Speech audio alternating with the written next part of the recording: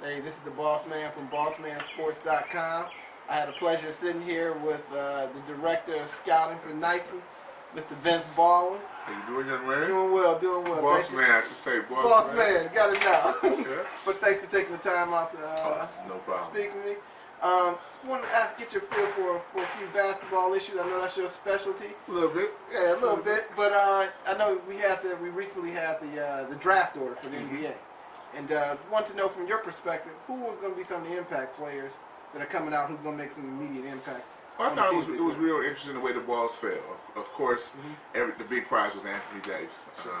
Tremendous talent. I think Michael Jordan was very upset that he didn't have a chance to get him because his bad luck continues with the Bobcats. But aside from Anthony Davis, a couple kids to really watch for. One of my favorites is Brad Beal, the 6'4" shooting guard from Florida. I think he's probably the most NBA ready of all the young guys coming in. I think he has a skill set offensively that allows him to get on the floor and contribute right away. I think Michael Gilchrist, who a lot of people from Kentucky who played along with Davis, I think he's going to take a little while longer to make an impact at that level.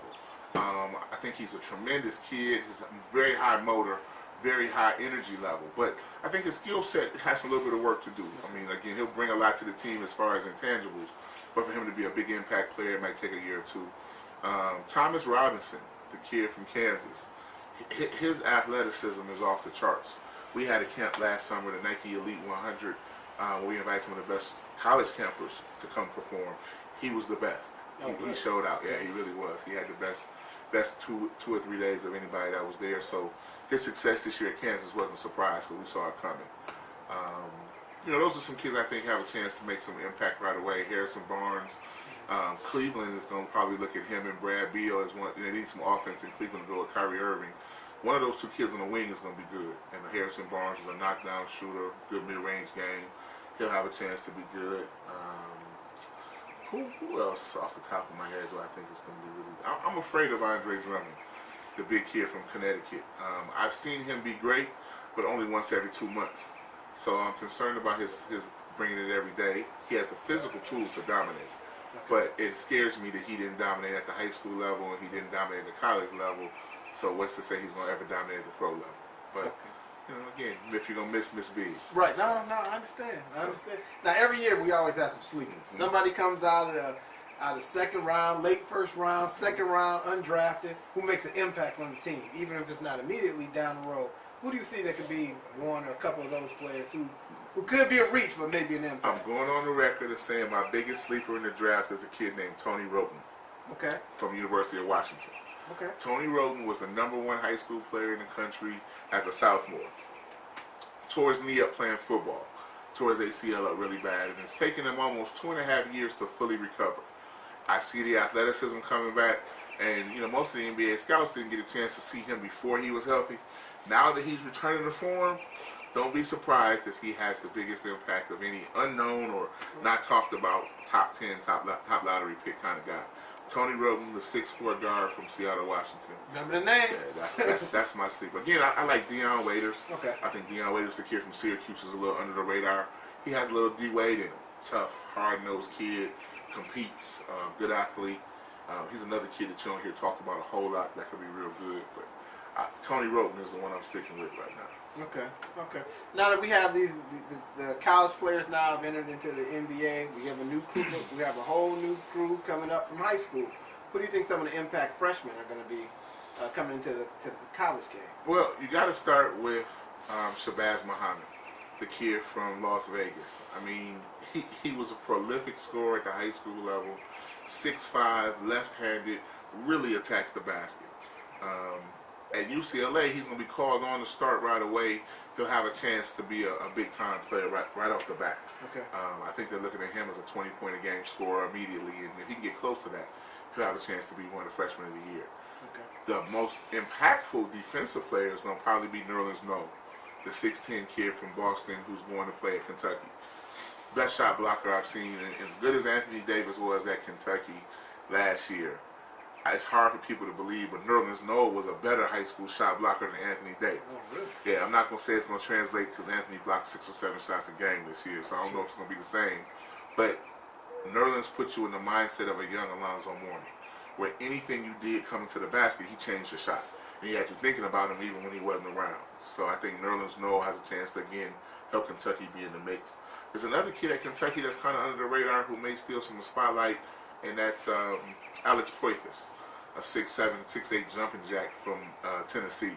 Kentucky kind of stole him a little bit. I think Tennessee and Memphis really thought they had an inside on him. Kentucky, of course, being Kentucky, they came in and got him. And he's a kid I really like a lot. In the global games and the USA Olympic trials, he was one of the favorites. Okay. So look for Alex Poythress to be good.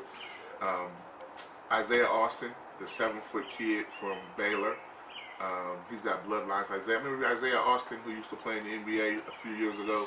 It's his nephew. His dad and him both played in the NBA. His son is 7 feet, so I think he has a chance to be pretty good. Got a good start. Definitely a good start. Who's in a good situation? I think Michigan State has a freshman named Gary Harris, who they're going to depend on to be a big part of their offense right off the bat. Okay. And I think he has a chance to come in and be an impactful freshman locally, to add some local flavor to it. And then the kid Michigan got, Mitch McGary. I mean, he came into the summer as the number 2 player in the country and really had a disappointing season.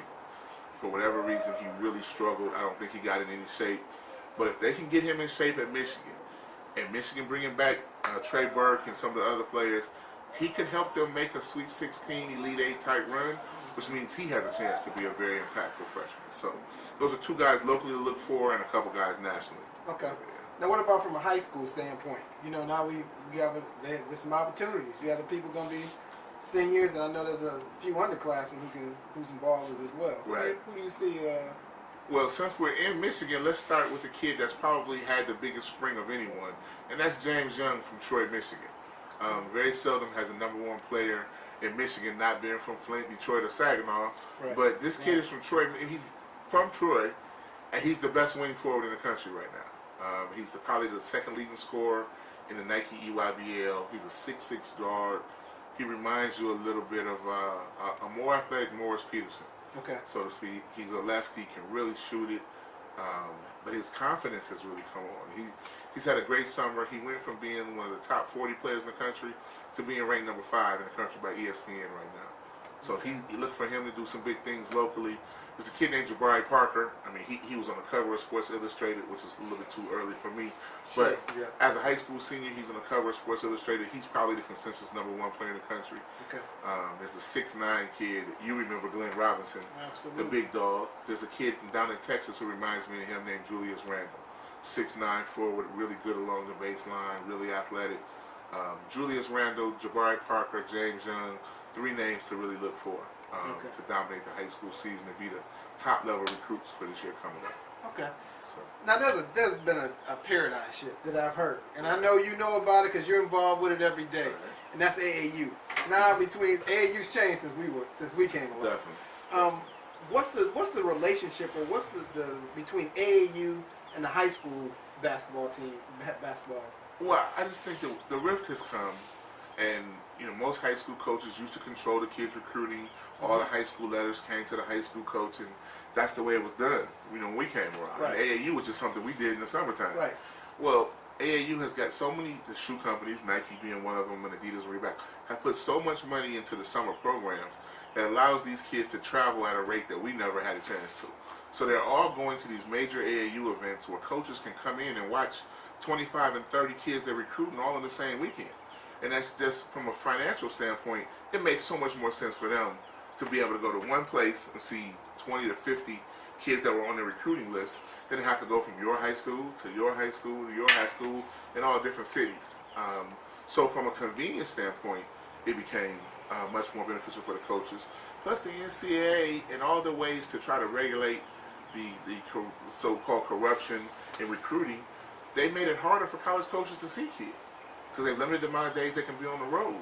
Well, if I only got 5 days on the road, I would rather see 25 kids than see 1. So from a convenience standpoint, and again from an economical standpoint, and then from a competition standpoint. I mean, if you're going to any particular high school, even your best high school in the state of Michigan, you may see 1 at the most 2 Division I players on the floor at the same time.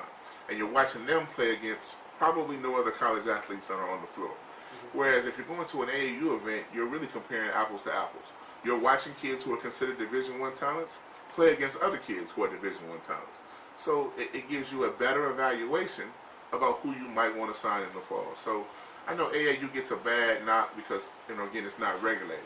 So everybody who can coach an AAU team isn't necessarily as accredited as some of your high school coaches, and there's some backroom guys and some liquor store guys who got AAU teams. But at the end of the day, it presents the kids with a much better opportunity to be seen. Okay. So the format is great for kids. I mean, if we had played AAU, we know 20 guys who would have got more scholarships because they just never got seen. Sure. And I think that it's helped the kids get seen. One of the things we've tried to do is organize it. I'm not sure if you're familiar with the Nike EYBL. We've actually taken it and made a league, so that you have a league schedule. You have four conferences of 10 teams. They play each other during the schedule, and the top 5 teams from each conference make it to the playoffs. So every game is meaningful. And again, the coaches have to go to certification. They all have to wear the same uniforms. No more coaching in wife beaters with cut off shorts, because you've seen it on the sideline. Absolutely. They all have to have on khakis with some hard bottom shoes and a polo. That's the color of their team. So it some uniformity to it. And again, it's just trying to clean up an otherwise unregulated sport. But AAU, for all the bad knocks that it gets from high school coaches, it's probably because they lost some control over their athletes. Because AAU presents a better form for the kids to get seen, so the AAU coach ends up having a lot more influence than the high school coach did. So that's how the landscape looks with that. Well, Vince, I want to thank you very much for taking time out to speak with me. And remember, bossman.com, bossmansports.com. Check it out. Vince Baldwin, Boss Man. Boss Man. Peace.